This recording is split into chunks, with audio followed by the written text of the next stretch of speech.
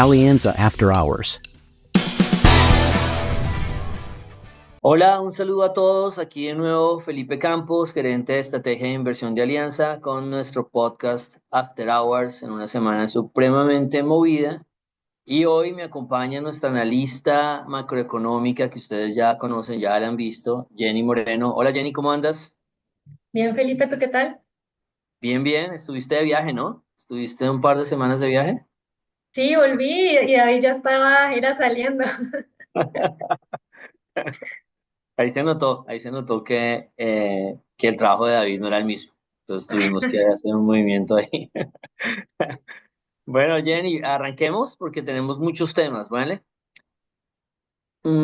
Quiero hablarles del tema del vaso medio lleno y vaso medio vacío y contarles toda esta historia internacional que ha sido, pues obviamente ha sido un rollo, como una novela. Y vamos a hablar mucho en esta primera parte. Yo voy a encargarme de hablar un poco del tema, por supuesto, de Estados Unidos, de la guerra comercial, hablarles un poquito de cómo han reaccionado los mercados financieros, echarles una carreta que me pone súper nervioso cuando me toca hablar de macroeconomía ya muy seria, pero creo que es importante porque esto que está pasando con Estados Unidos para mí sigue siendo una súper noticia en el largo plazo para el resto del mundo. Yo creo que ya la gente lo está viendo más claro, la gente se está dando cuenta el valor que hay fuera de Estados Unidos, pero claro, que Trump sea el mismo el que ayude a bombardear un poco sus activos financieros hace que una hipótesis que yo creo que debía existir desde antes de que Donald Trump llegara coja mucha más fuerza. Entonces voy a contarles esas historias, después Jenny nos va a contar unas historias locales de inflación y un poquito de riesgo país en Colombia. Y al final nos vamos con la esquina del dólar. Hoy tenemos esquina del dólar de nuevo para contarles un poquito de este rollo que está pasando a nivel mundial, dólar cayendo duro en el mundo, perdón, y Latinoamérica sufriendo los embates de una posible recesión. Entonces hablemos un poquito de la historia comercial, ¿no? De la guerra comercial con China, que llegó a triple dígito eh, entre China y Estados Unidos. Yo decía un poco que eso era como cuando uno habla con el hijo y le dice yo te quiero mucho y él no, yo te quiero más y yo te quiero infinito. Es así, ya están votando números que son absolutamente ridículos, pero el mercado se los está tomando en serio y son bastante preocupantes. Entonces vamos digamos, lo primero que hay que resaltar, de repente, lo que más me gustaría resaltar es que desde que eligieron a Donald Trump, se acuerdan que nosotros hablamos mucho del día T, el día T es el 5 de noviembre que lo eligen, pues los activos de Estados Unidos los están acabando. Entonces, claro, uno diría, Donald Trump ya dijo que eso podía pasar y él lo puede aceptar y todo, pero no, él no lo dijo así, él estaba dispuesto a que le vendieran un poco de acciones, él estaba muy contento de que el dólar se debilitara, porque él es gran defensor de la debilidad del dólar, pero él no pensaba que le iban a vender bonos de esta manera. En su cabeza, él se imaginaba que con toda esta historia provocando una desaceleración económica que ayudara un poco a que la Fed bajara tasas y esas tasas que están apretando la economía, ¿no? Porque realmente la economía de Estados Unidos, como el resto de economías, tiene unas tasas muy altas. ¿Cómo siguen andando? A punta de gasto de los gobiernos. Y Estados Unidos, pues, es un ejemplo de esto. Entonces, él se imaginaba que los bonos, que ahí en ese gráfico es la línea roja, que es un índice de bonos en Estados Unidos de tesoros, se los iban a comprar. Y él decía, bueno, ese es un costo que estoy dispuesto a aceptar. Pues no, el mercado le está diciendo, vamos, si a usted no le gusta sus activos, a nadie le gusta sus activos y le vamos a vender además los bonos, que es muy raro que vendan bonos cuando hay una expectativa de recesión. Pues, la gente compra bonos porque espera que la inflación caiga y las tasas de interés bajen. Se lo están vendiendo porque están diciendo, ¿sabe qué? De repente no es recesión, sino es esta inflación. ¿Qué es esta inflación? Una recesión con inflación. Es una cosa muy rara, la verdad. Al final la inflación termina cayendo, pero digamos en el camino a la recesión duele mucho porque las dos variables son complicadas. Entonces Estados Unidos o Donald Trump está logrando que le estén vendiendo todos los activos a Estados Unidos y alguien ha hablado como este nombre de los bond vigilance, es un nombre que se inventa, no existen los bond vigilance o básicamente en el mercado de bonos yo creo que los inversionistas y los analistas son de lo más profesional del mundo eh, pues ellos están muy preocupados del efecto inflacionario y por eso están vendiendo bonos de Estados Unidos. Hay algunas hipótesis, no, es que es China vendiéndole bonos a Estados Unidos para presionar. No, no, no, en realidad es desde que Powell dijo que no iba a bajar tasas, el mercado dice, ok, esto es absolutamente inflacionario, vendamos bonos gringos. ¿Cómo ha sido el contrapunteo? Vámonos a hablar del contrapunteo de esta historia que es como una novela, la verdad es una novela, yo me imagino como Snatch, estas películas en que son varias historias pasando al mismo tiempo, todas chistosas, porque la verdad han sido chistosas, pero no para los inversionistas que todos los días nos levantamos y antes 1% que las acciones se movieran en una dirección era una barbaridad y ahora es como 1%, no está pasando nada hoy. Hemos tenido días de 5% a la baja, de 9% al alza, entonces ha sido una volatilidad enorme. Entonces recuerden, si esto fuera una novela, la semana pasada quedamos en que Trump había elegido poner unos aranceles recíprocos, que son individualizados a ciertos grupos de países, el número sacado de un sombrero que no tiene ningún sentido, y unos más homogéneos de 10% para el resto de países, junto a cómo ha manejado el acero y el aluminio y cómo ha manejado los impuestos sobre automóviles. Bueno, pero así terminamos en el episodio anterior, digamos, la semana pasada. Y en los mercados sufrieron, ¿no? Hubo unas ventas importantes, sobre todo en los mercados de renta variable, que dijeron, listo, nos vamos para recesión. Hasta recesión era bien la historia, como les digo, arrancó la semana y el mercado dijo, no, sabe que esto no es recesión, esto es esta inflación. Entonces, venga, le vendo los bonos también, que era lo que no se le había vendido. Y toda esta historia, digamos, todo el proceso, porque al final les cuento el spoiler de la noticia para los que estuvieron, no sé, durmiendo debajo de una roca o muy ocupados con su trabajo, que también es válido, porque no todos tenemos que meter la cabeza aquí, tener la cabeza metida en esto. Al final Trump se devolvió algunas de las medidas que tomó la semana pasada. Pero antes de hacerle spoiler a esa historia, ya el domingo del final de la semana pasada, comenzó un choque entre asesores de Donald Trump. Entonces se tiene el secretario del Tesoro, Bessent, que es un tipo ex Wall Street, eh, que de hecho es un experto en bonos, y como que por ahí el mercado dice a este señor sí entiende que la venta de bonos es muy seria, que puede generar una depresión en Estados Unidos. Comenzó a decirle a Donald Trump, no podemos andar hablando tan duro de este tema, se nos puede estar generando una crisis muy grande. Pero él tiene dos diablitos. Donald Trump, yo no sé si un diablito o un ángel, pero pongámosle dos diablitos, pero bueno, puede ser, Vincent en este caso puede ser más parecido a un ángel. Pero tiene otro que es Peter Navarro, que es un asesor en comercio, que él tiene directamente, que él se ha dicho, vámonos con toda, vamos a darle duro, es muy injusto como nos tratan a nivel comercial. Y ha habido un choque entre recomendaciones. Al final, pues terminó ganando el tema de Biden, pero al final, digamos, la política de Donald Trump sigue siendo muy agresiva. ¿Qué pasó al siguiente día? Sale un inversionista que es muy famoso, que es Ackman, que es absolutamente, es un activista tremendo, obviamente un multimillonario, y dijo, no, deberían hacer una pausa de 90 días, y salió el rumor de que iba a haber una pausa de 90 días, pero la Casa Blanca al siguiente día dijo, no, eso no es verdad, el mismo día dijo, eso no es verdad, ¿cómo se les ocurre? Entonces, los mercados subieron y después bajaron y no sabían qué hacer. Y ya al siguiente día, que estamos hablando del 9 de abril, eh, decide Donald Trump a las 9 de la mañana decir que era un gran momento para comprar acciones, cual me parece a mí una barbaridad que tengamos este tipo de recomendaciones directas de un presidente, pero bueno, salió a decir esto. Y quienes dijimos esto simplemente está muy preocupado y ya, pero no va a hacer nada, a las 2 de la tarde dijo, listo, voy a cambiar la decisión de la semana anterior y voy a darle una pausa a todos estos países, acuérdense, los 77 países de aranceles recíprocos, acuérdense, aranceles recíprocos es para unos países en especial que Donald Trump considera que son injustos en términos de comercio, y los aranceles, la base de aranceles y para todo el mundo son 189 países que sí se llevan 10%. Y dijo, voy a quitar los recíprocos y les voy a dar 90 días de mejora. Las bolsas se subieron 9,5% en el mismo día, que fue una barbaridad.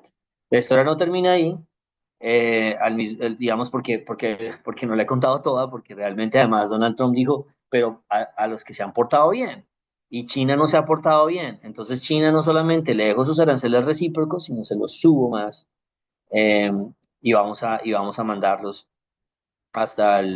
digamos, llegó hasta a niveles, estábamos en 104%, que ya era una barbaridad, y lo mandó hasta 125% en principio.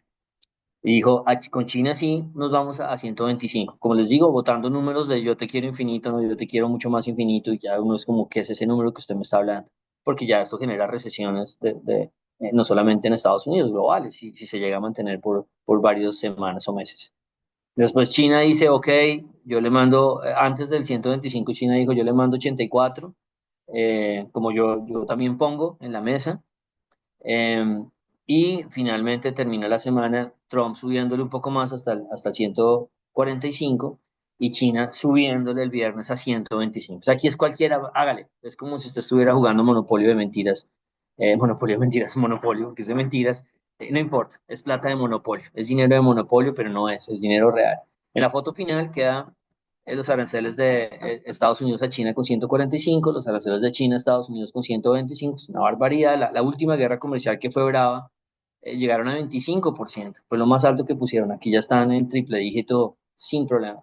El resto del mundo se va con 10, aluminio y acero se van con 25, carros se van con 25, con unas pequeñas excepciones para Canadá y México, pero no van a coger muchos carros de Canadá y México, igual le va a doler a todo el mundo.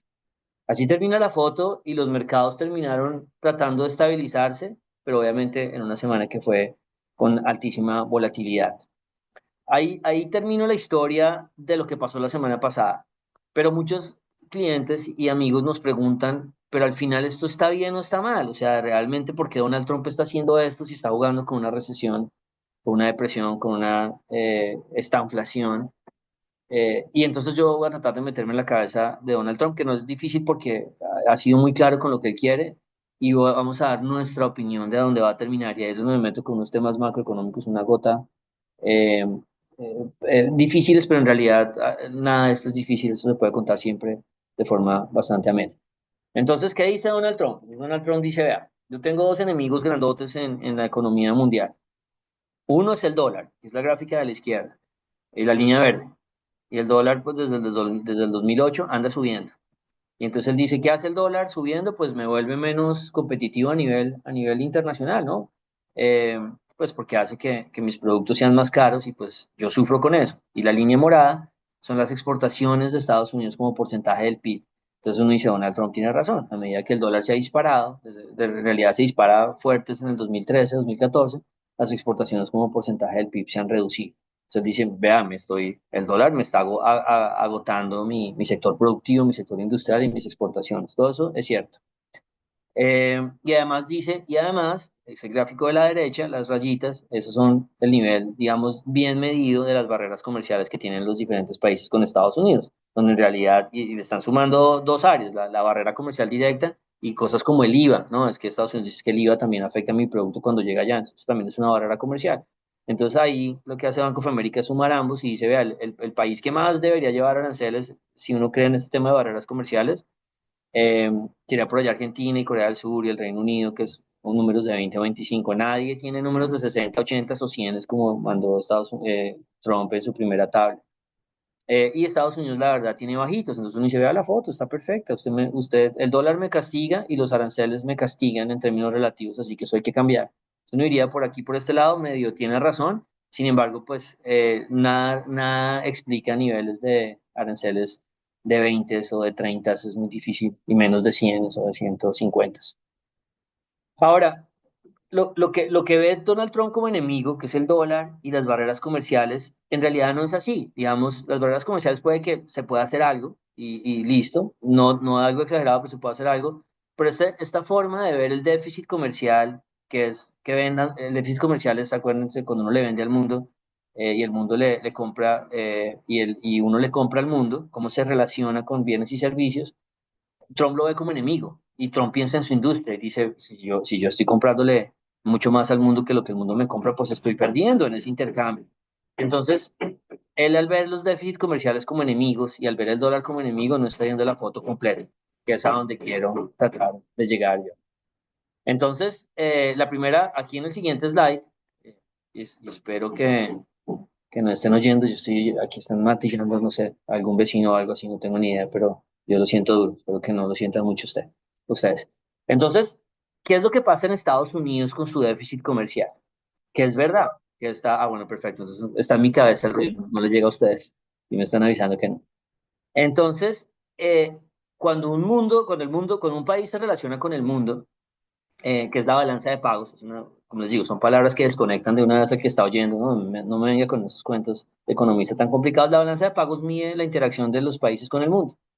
Y hay dos grandes números ahí, y es la interacción entre bienes y servicios, ¿no? Cómo nos va en el tema comercial, cómo que lo que yo produzco te gusta, no te gusta, está barato, no está barato, eso es la balanza comercial, que es lo que le duele a Trump, que el déficit comercial sea tan bravo, en este caso la de la izquierda, la gráfica de la izquierda es la línea azul, que de verdad está explosivo, o sea, los gringos cada vez más le compran cosas al mundo y el mundo cada vez les compra menos en términos relativos, es cierto, pero está el otro lado de cómo se relaciona uno con el mundo y es en el tema financiero.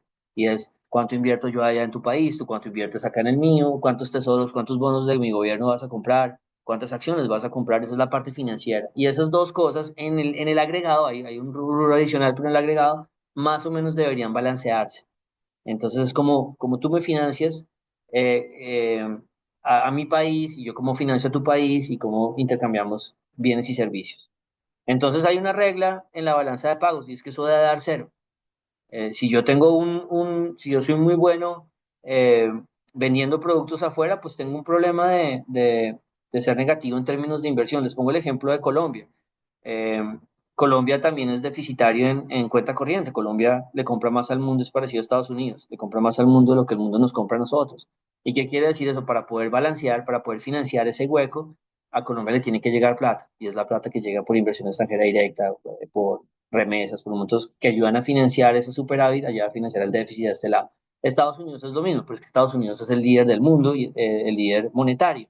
Entonces lo que pasa con Estados Unidos es que ese liderazgo monetario, que él produzca dólares y la gente tenga dólares para vivir, los tenga que usar para comercial, hace que llegue muchísima plata de inversión a Estados Unidos, de gente que quiere, no solamente por la importancia de Estados Unidos a invertir, sino porque ahí es donde pueden hacer uso de sus dólares, de los dólares que tiene todo el mundo como resguardo. Entonces, todos los bancos centrales, ¿cómo invierten? Pues invierten en bonos de Estados Unidos. ¿Cómo invierten? Pues invierten en los fondos de pensiones, pues invierten en acciones de Estados Unidos, porque todos tenemos dólares en los portafolios. Entonces, al final, lo que Estados Unidos tiene es un superávit financiero, le llega mucha plata de inversión. Entonces no hay nada que hacer. Si usted le llega mucha plata de inversión, tiene que tener un déficit comercial. Eso es natural. Estados Unidos tiene una gran virtud de ser el que produce la moneda y eso le da un montón de habilidades. El castigo del señor, usted no va a ser tan fuerte comercialmente porque no puede ser el país que más recibe inversión y el país que más le vende productos al mundo. Eso no existe. Tiene que haber un balance. Al menos piénsenlo que es tan difícil porque ¿por qué tiene que haber un balance? Que a mí me cuesta también. Piénselo como usted le da tanto poder al consumidor gringo, pues que al final el consumidor gringo termina consumiendo mucho más afuera de lo que terminan los de afuera consumiendo de Estados Unidos. Pero eso es una regla, eso es una ley. Entonces el déficit comercial se da porque hay un superávit financiero en Estados Unidos. Y recientemente ustedes ven ahí que explotó el déficit comercial, la línea azul se desplomó porque es cada vez el hueco más grande y eso es lo que no le gusta a Trump, pero se ha dado por una explosión de apetito por Estados Unidos. Que en el gráfico de la derecha, ustedes ven las acciones en Estados Unidos, que es el Standard Poor's 500 explotando, valorizándose 700% en el mismo periodo en que el déficit comercial se deteriora, y las acciones que no son en Estados Unidos retornando cero. Ah, qué bonito invertir en el largo plazo en Colombia, no señor, 0% en Europa, no señor, 0% en Japón, no señor, en China, no señor. El único sitio que ha sido rentable es Estados Unidos. Entonces, este ciclo eh, digamos, de explosión de apetito por Estados Unidos, explosión financiera, el contrapeso ha sido usted paga comercialmente y esa es la tarifa que hay que hacer. Ustedes ya se imaginan para dónde voy. Si usted quiere combatir el tema del déficit comercial, usted lo quiere, si quiere ya para el siguiente slide, si usted quiere revivir las exportaciones, si usted quiere tumbar el dólar, hágale, todo está bien, pero hay una tarifa que usted tiene que pagar y la va a pagar en términos de activos financieros gringos. Usted va a pasar lo que acaba de pasar, no al extremo de que le vendan todo, me parece una barbaridad que vendan así, pero esa es la tarifa. Si usted lo quiere hacer a las malas, ok, sacrifique su sector financiero y dele alas a su sector comercial. Seguro que va a lograr ambas. Pero sacrificar el sector financiero, pues es lo que estamos comenzando a ver. La volatilidad es enorme y probablemente una posibilidad de una recesión. Y el último gráfico ahí ya termina esta historia que es tan complicada, pero ustedes lo ven a la izquierda como el Standard Poor's 500 va reventando al alza mientras el dólar se va fortaleciendo, ahí la línea verde del dólar está invertido y las exportaciones van sufriendo. Tal cual. Esto es una enfermedad holandesa. Para la gente que no ha oído ese concepto, la enfermedad holandesa no le pasa a estos países, le pasa a Colombia. Cuando tiene un boom en un producto, en este caso el petróleo, por ejemplo, o en algún momento el café, el dólar se desploma y entonces súper felices los del café o del petróleo, no importa porque el precio está muy bueno, pero el resto de exportadores sufre porque el dólar se le desploma y el precio de lo que ellos venden no está subiendo. Entonces, una enfermedad holandesa es cuando, digamos, el éxito de un producto, sobre todo el que más vende un país, estalla al alza y el resto de sectores sufre de la parte exportadora. Lo que está sufriendo Estados Unidos es una enfermedad holandesa y es el sector financiero desplazando al sector comercial. Pero ¿qué pasa en una enfermedad holandesa? Pues que al país no le va mal. En una enfermedad holandesa, pues para cuando cambie el ciclo, pues es malo para el país porque dejó huérfanos a sus restos de sectores productivos, pero mientras se da el ciclo, no le da mal al crecimiento económico. Y es el último gráfico a la derecha. Y ustedes ven cómo el PIB de Estados Unidos frente al mundo es la línea roja completamente correlacionado con el dólar. Entonces, Trump se queja de que el dólar ha subido. Y es verdad, porque el dólar le ha comido su capacidad exportadora e industrial. Pero no es que a Estados Unidos le haya ido mal. Vean cómo explota el PIB de Estados Unidos en comparación con el mundo. Entonces hay una tarifa, pues, es una palabra bien usada en este momento, que Estados Unidos tiene que pagar por ponerle tarifas al resto del mundo y querer tumbar el dólar. Y seguramente va a ser en términos de crecimiento económico de la mano a medida que el dólar comienza a bajar, que se sacrifica el sector financiero, y ese es un costo que yo creo que no lo tienen en la cabeza por ningún lado, porque ellos piensan solamente en el triunfo del sector comercial o que se reviva el sector comercial. Ahí termino esta historia de las que me pone nervioso, Jenny, porque tiene muchos gráficos raros y muchas palabras raras. Pero bueno, ahí terminé, yo creo que Ay, yo no tan preguntarte herido. algo que se me ocurre en medio de ver pues toda esta relación y este cambio de estrategia de ahora pues estamos buscando cerrar ese déficit comercial sin mirar ese costo financiero, pero también entro a una duda que me imagino que también tendrán algunos de nuestros oyentes y es al final cómo se termina hablando también con nosotros. O sea, vemos esa correlación que mostrabas en la última gráfica de XY, comienza a mostrar una debilidad, eso al final se habla con esa aceleración de la actividad económica estadounidense, y eso cómo se habla con nosotros y con nuestros pares regionales. Sí, digamos, esa es la pregunta más interesante porque uno ve este año el dólar desplomándose y en el mundo y no lo está viendo en Colombia. Entonces, la transición va a doler, no hay nada que hacer. Eso lo vamos a hablar ahorita en un capítulo que tengo adicional del tema del dólar. Pero para mí abre la puerta a un periodo hermoso, digamos, para usar las palabras de Donald Trump, que para él todo es beautiful. Y es ese periodo en que el dólar se cayó, el de XY, ustedes lo ven ahí, yo les digo ese porque lo señalo con mi dedo en mi computador y ustedes no saben de qué estoy hablando, pero es todo ese periodo entre el 2000 y el 2008 en que la línea verde se cae en el gráfico de la derecha. Y Estados Unidos perdió crecimiento frente al mundo. ¿Qué pasó en esa época? Explotó un gran ciclo de riqueza para nuestros países. Entonces yo veo esto con mucha emoción porque yo siempre he dicho, yo quisiera ver algo, un evento que convenza a los inversionistas mundiales que Estados Unidos no es el centro del mundo, porque lo ha sido el centro del mundo en los últimos 14 años. Y este es el evento perfecto. Yo creo que esto iba a pasar sí o sí. O sea, como les digo, los inversionistas hubieran encontrado otra razón. No es Donald Trump el que está generando, el que maneja los hilos accidentalmente de todo el mundo. Eh, no, yo creo que este cambio de ciclo sí va a dar. Pero Donald Trump es un catalizador mucho más amable y la gente lo entiende. Yo les decía a las personas que el DX lleva a ir a 90 y 80 en los próximos 10 años, pero ¿por qué? Si Estados Unidos está tan fuerte. Ya no, ya la gente lo va a entender y decir, ok, ya entiendo por qué esto puede pasar, pero para mí va a pasar sí o sí, y estas son súper buenas noticias para nosotros, pero no en el corto plazo. El corto plazo hay ruido. Ahí terminemos, Jenny, y te voy a pasar el micrófono un ratico porque hablé ya mucho, para que nos cuentes de los temas locales. Háblanos de qué ha pasado a nivel local y cómo nos ha ido a nosotros en términos del ruido que se está viviendo afuera. Bueno, Felipe, pues en realidad yo traje incluso no solo local, sino también internacional, con dos noticias que resultarían emocionantes en una coyuntura diferente a la nuestra. O sea, sin esos anuncios de Trump, creo que hubieran movido mucho más al mercado y que son las inflaciones que conocimos esta semana. Una parte Estados Unidos, otra parte Colombia, que lo que mostraron fue una moderación. Tanto Estados Unidos como Colombia, bueno, estaba más hacia la estabilidad. Una inflación que pasa de un 2,8 a un 2,4 en Estados Unidos, que pues era al final lo que estaba esperando el mercado, unas tendencias que mostraran menores aumentos en los precios. Y en cuanto a Colombia, pasamos de un 5,3, ese repunte que hubo en febrero, a un 5,1%, que al final pues también es una moderación. Pero ¿qué sucede en esta ocasión? Y es que ya el foco no termina siendo estos datos de inflación en cuanto a este puntual de marzo donde se ve esa moderación, sino que ya comienzas a resonar en medio de toda esta volatilidad externa con los anuncios que nos contabas.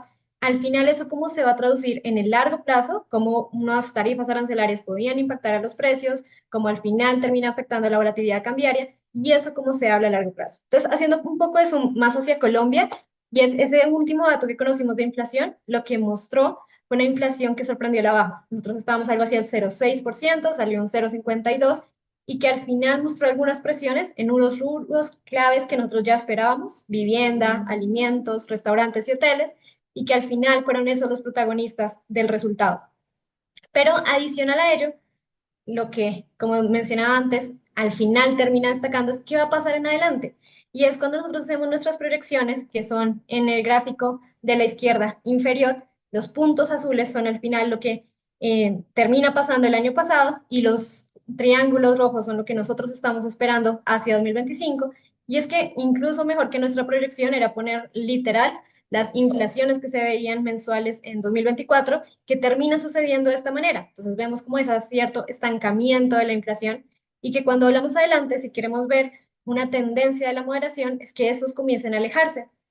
Entonces, al final, ¿qué es lo que vemos hacia largo plazo? Y es, vamos a ver una ligera moderación durante el primer semestre, unos efectos base que podrían ayudar, pero aún así hay unos datos que terminan jugándonos en contra, puntualmente lo que es agosto, lo que es octubre, donde teníamos unas inflaciones muy bajas el año pasado que al parecer este año no podrían de ser de esa manera, y podríamos ver la inflación muy cercana a ese 5%. Cuando ya se habla de ese largo plazo, estas sorpresas no terminan jugando también en el mercado, porque comienzan a hablarse de, ¿y entonces qué va a pasar en largo plazo? ¿Vamos a ver una tendencia bajista? ¿Vemos romperse ese 5% definitivamente, o vamos a estar jugando hacia ese nivel? Y con eso, el protagonista sigue siendo lo que al final termine sucediendo con esta historia de la semana, con los anuncios de Trump, cómo termina afectando la tasa de cambio. Y también otra cosa interesante, que es cuál es esa discusión fiscal que termina sucediendo. Y con ello, esta semana también tuvimos algo interesante, que fue unas advertencias que al final terminan uniéndose a esas preocupaciones que han expresado los miembros del Banco de la República, también varios analistas junto con nosotros, que es cómo se termina hablando esto en términos fiscales de un déficit fiscal que salió del 6,8, por encima de lo que se estaba esperando el mercado, por encima de lo que había calculado, y eso al final cómo se habla hacia 2025. Entonces salieron varias calificadoras, que es esa otra pata que están viendo los analistas para ya poder disfrutar unas sorpresas bajistas de inflación, y es que se hace la necesidad de una claridad en cuanto a las cifras fiscales. Entonces sale S&P 500, Moody's, Fitch, unos con algunos informes haciendo una comparación con la región, otros en algunas entrevistas que terminan resonando, y lo que dicen es, nos está preocupando que haya una dependencia en cuanto al recaudo tributario cuando ustedes están hablando de sus cifras fiscales, y en medio de una deuda que sigue creciendo, que lo que necesitamos son unos recortes de gastos que terminen ayudando a que unos bajos ingresos no terminen en un déficit muy alto, y adicional a ello, una deuda que no crezca tanto para nosotros tener una credibilidad en las cifras fiscales. Y comienzan a decir, vamos a ver qué es lo que termina sucediendo en un informe que va a ser clave, que va a salir hacia el mes de junio, que es el marco fiscal de mediano plazo, donde el gobierno tiene que dar una claridad de estas cifras fiscales y decir qué es lo que está esperando y con qué va a jugar para dar esa claridad a las calificadoras.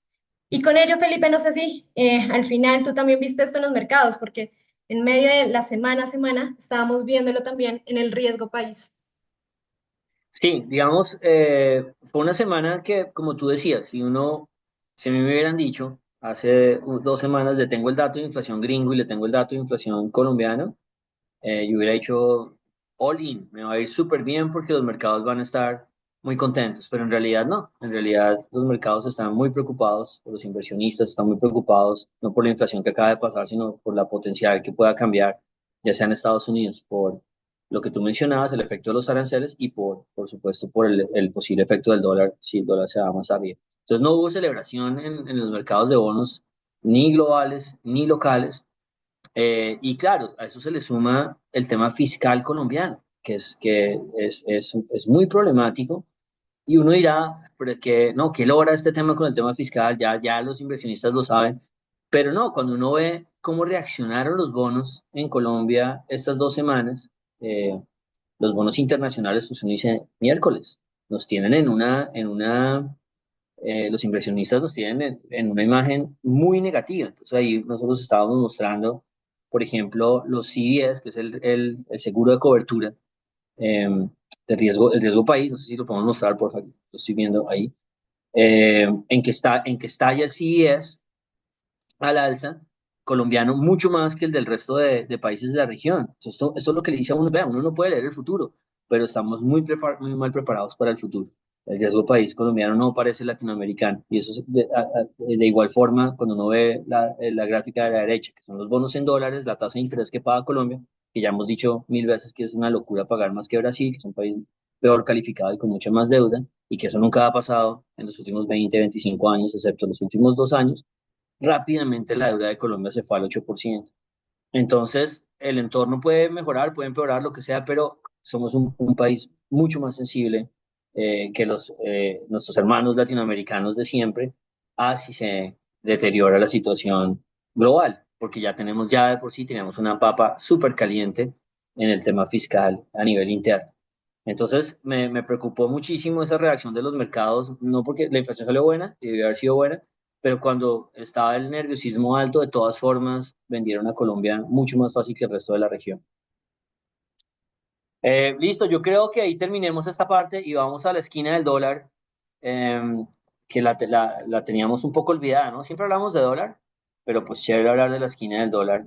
Eh, y queremos hablar un poquito de nuestras teorías, ¿no? Porque tenemos teorías de largo plazo de Frestos, que el dólar es para abajo, y teorías de corto plazo de hace 3 semanas que les mostramos que las recesiones eran complicadas, si llegaba una. Entonces vamos a hacer un resumen rápido, resaltando esta idea de la caída del dólar a nivel mundial. Entonces el primer gráfico, estos son gráficos que ustedes ya conocen, los que nos han oído las historias, que básicamente lo que dice Alianza es ahí, en este momento hay 3 efectos. Nosotros siempre somos top-down, siempre arrancamos, ¿no?, de afuera hacia Colombia y después de analizarlo de afuera llegamos a Colombia. Pero hemos dicho, hay 3 efectos en este momento sobre el dólar.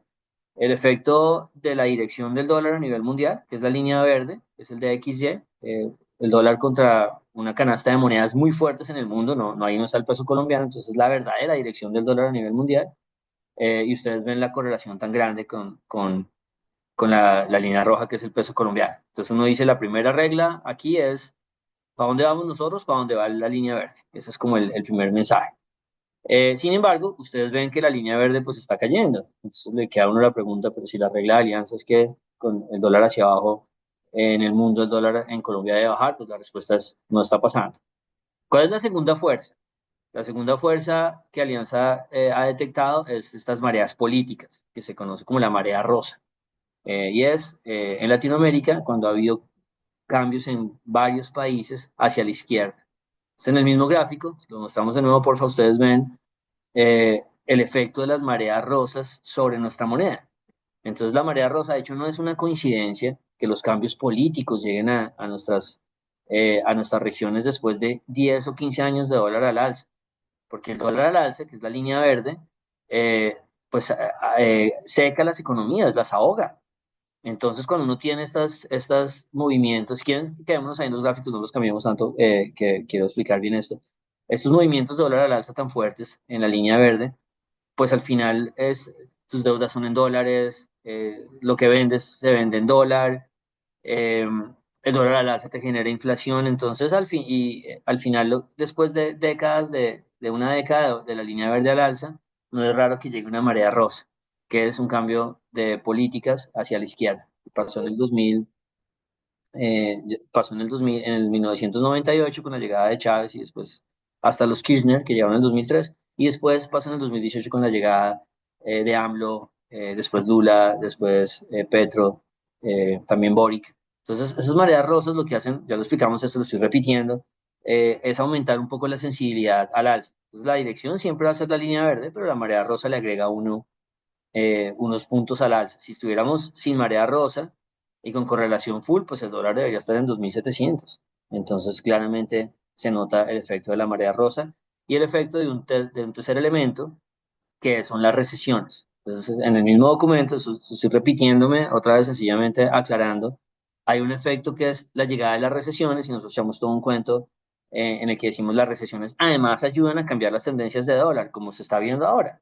La recesión del 2008, que es las áreas verdes, hicieron que la línea verde girara para arriba y la recesión del 2001 eh, hizo que giraran hacia abajo. Entonces ustedes ven que las líneas verdes coinciden mucho con momentos importantes de cambio en las tesis de inversión. En este caso, lo que propone Alianza es va a haber una recesión y el mundo se va a convencer de que el valor está no en Estados Unidos, sino en el resto del mundo y vienen 10 años dorados. Esa ha sido nuestra teoría y hemos ido recolectando eh, pistas, ¿no? Que el oro está fuerte, es buenísimo para las materias primas, que está ahora el dólar rompiendo a la baja, que bueno, mil cosas que han ido fortaleciendo. Ahora no es tan difícil porque, como les decía, la tesis de Donald Trump de dólar a la baja es como fresco, eso ya se le va a cumplir, ya no nos trate de convencer. Pero el tercer factor son las recesiones. Ahí en el siguiente slide, ustedes ven cómo nos va con las recesiones y con las recesiones, durante las recesiones no nos va bien. Entonces, durante una recesión en Estados Unidos, que son las líneas verdes, las zonas verdes de nuevo, ustedes ven que el dólar sube 10% en el caso que nos salga barato, o sube 30%. Todo esto, de nuevo, vuelvo a insistir, ya ustedes lo vieron, lo estoy repitiendo, porque durante recesiones es difícil que el dólar baje en Colombia. ¿Por qué? Porque dependemos de materias primas, las exportaciones caen, porque dependemos del crecimiento mundial, el crecimiento mundial se agota, los ingresos del gobierno se acortan muchísimo y pues más en esta situación en que estamos en problemas fiscales, pues más problemático.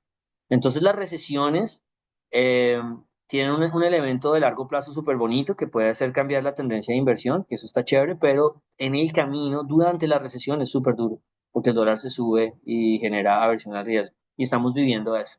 Si nos toca una recesión históricamente suave, pues 10% ya 4.500 fue, no fue más. Pues si nos toca una recesión estilo 2008, en que es 30%, no, eso se da a 5.400. Entonces aquí alguien me dirá, hasta mi tía que no sabe nada de economía me puede dar un rango así de grande. Y es verdad, en realidad es muy difícil acortar el rango. Yo quisiera que no fuera el Transmilenio helado de mil y pico pesos de diferencia, pero eso es lo que hay históricamente. Y si los economistas no podemos pronosticar recesiones, ¿qué vamos a estar pronosticando? La magnitud de la recesión, porque finalmente es eso, la magnitud de la recesión te dice si es 10 o te dice si es 30. Entonces es muy difícil que quepa algo más, como que yo les diga, no, tranquilos, que ya el techo es 4.800 o 4.500 o 5.000 o 4.400. Eso no lo podemos saber, pero hay muchas cosas que sí sabemos. Entonces sabemos que es para arriba, sabemos que es entre 10 y 30, sabemos que dura entre 3 y 8 meses, no es eterna una recesión, entonces el efecto alcista de dólar va a ser entre 3 y 8 meses. Y el elemento más interesante en el análisis de recesiones que yo creo que ha aportado Alianza es para arriba y después para abajo a la misma velocidad. Eso me parece un elemento súper bonito. Ah, se subió 10% en 2 meses, devuélvamelo por favor los siguientes 2 meses. Se subió 30% en 8 meses, devuélvamelo los siguientes 8 meses. Y eso ha pasado simétricamente en cada recesión. Así que hay muchas piezas de un rompecabezas. Obviamente falta, es como una novela que usted sabe, ¿no? Yo siempre digo lo de la novela mexicana, que usted sabe que el jardinero va a terminar siendo el heredero y se va a casar con la chica que bla, bla, bla, y listo. Y usted sabe, pero usted quiere que le cuenten la historia. Yo la historia de la mitad no la puedo contar, la voy a ir contando en los podcasts, pero no, si esto funciona como ha funcionado históricamente, uno en 8 meses o entre 3 meses y 8 meses debería estar de regreso entre los 4.000 y 4.200 para el próximo año, eventualmente. Pero el camino y hasta dónde lleguemos no lo sabemos. ¿Y va a doler? Claro que va a doler. Siempre duele.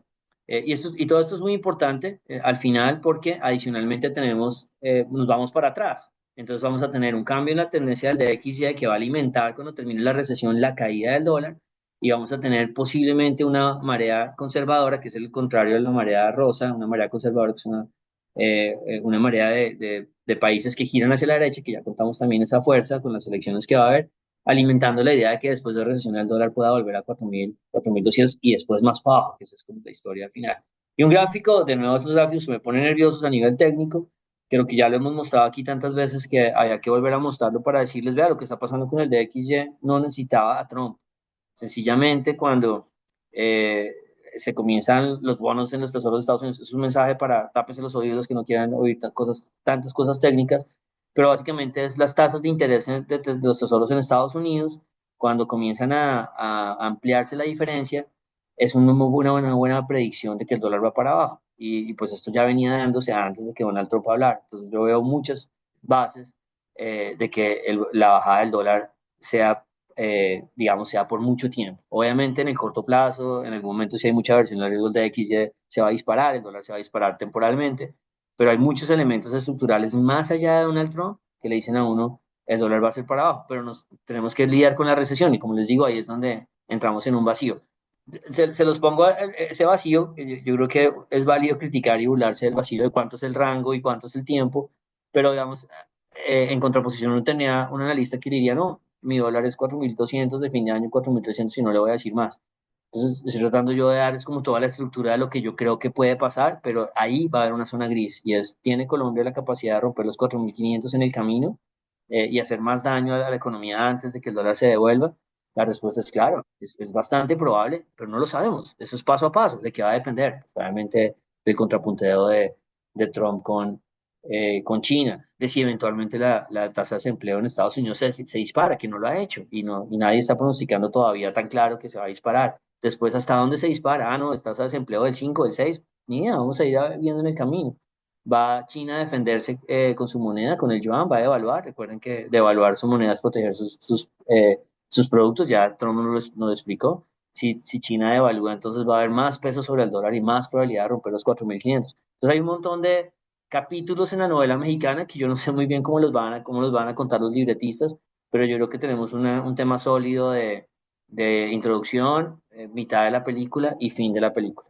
Pues bueno, ahí terminamos la historia y así uno entiende por qué, porque el dólar no ha caído como debería estar cayendo en Colombia por el DXY, y es porque estamos metidos en un tema de recesión que nos va a molestar por lo menos 2 meses más, en el peor de los casos, 6, 8 meses más. Y ahí terminó la historia, Jenny, de nuestra esquina del dólar.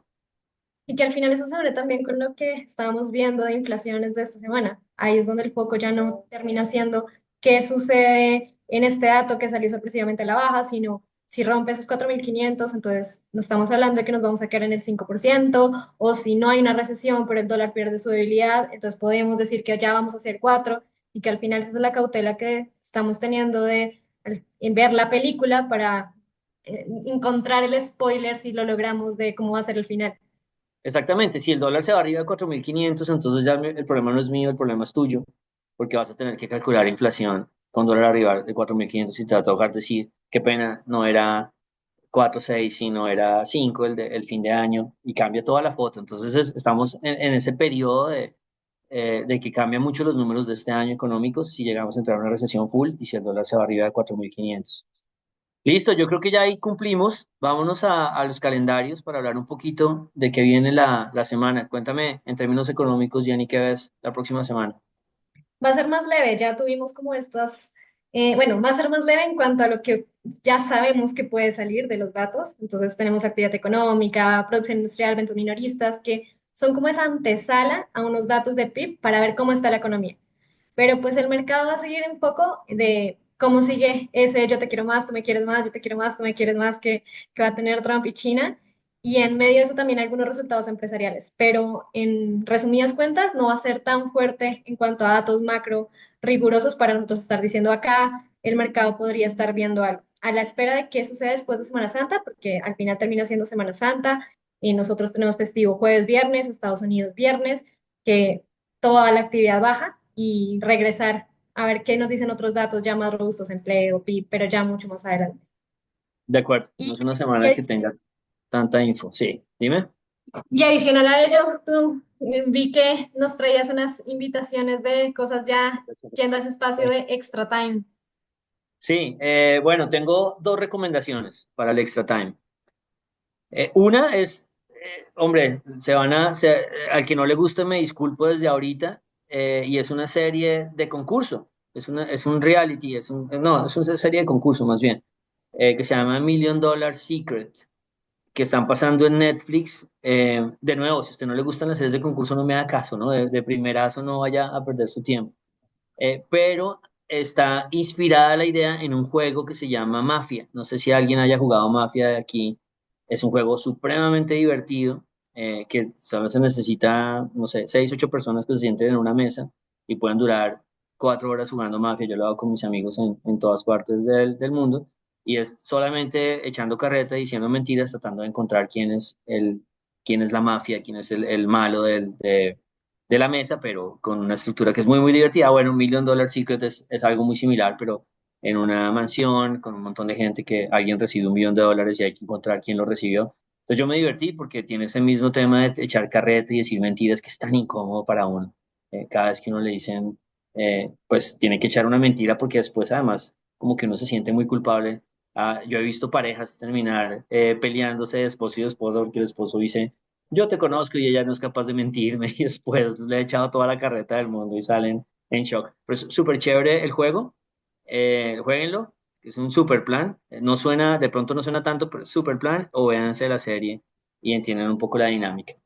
Y la otra recomendación es, seguimos con la Champions, en que esto está también como una novela mexicana, por ahora pareciera, excepto para algunos actores que la están sufriendo, como el Real Madrid, que le dieron bien duro en la visita al Arsenal y le va a tocar ahora devolver un 3-0, o al Dortmund que le dieron bien duro también, de local el Barcelona. Estábamos ahorita mirando si Dortmund era una ciudad grande o no, cómo era, qué tan famosa era, y no es una ciudad, es como la novena en Alemania, pero bueno, es bien conocida por su equipo. Entonces bueno, vamos a tener martes y miércoles Champions League, que se va a estar buenísimo, y hágale si se anima a ver el documental, la serie, y si no le gusta, hágale, respóndanos y diga, deje de recomendar series que usted no tiene ni idea de eso. Pues si lo pasan bien, pues también chévere. Y listo, Jenny, creo que terminamos. Les deseamos un muy buen fin de semana y resto de semana, buena Semana Santa. No tenemos podcast el otro viernes, así que también Al vamos nosotros a 24. rezar y a descansar.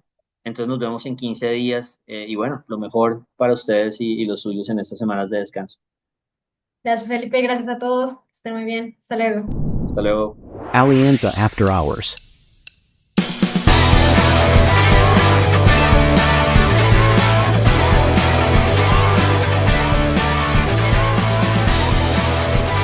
Nada de lo que se discuta aquí debe ser considerado como recomendación profesional para realizar inversiones. Las opiniones aquí expuestas no buscan imponer términos ni condiciones comerciales o legales, ni tampoco se constituyen en suministro formal de información al mercado de valores. Adicionalmente, son opiniones personales y no representan las de Alianza Valores o Alianza Fiduciaria. Se recomienda consultar con un asesor comercial que entienda sus necesidades de liquidez, horizonte de inversión y perfil de riesgo antes de invertir en mercados financieros. Escuchar el podcast de Alianza puede tener efectos secundarios como ser muy sesgado en dólar, ver figuras técnicas en la naturaleza y hablar de inflación en reuniones familiares.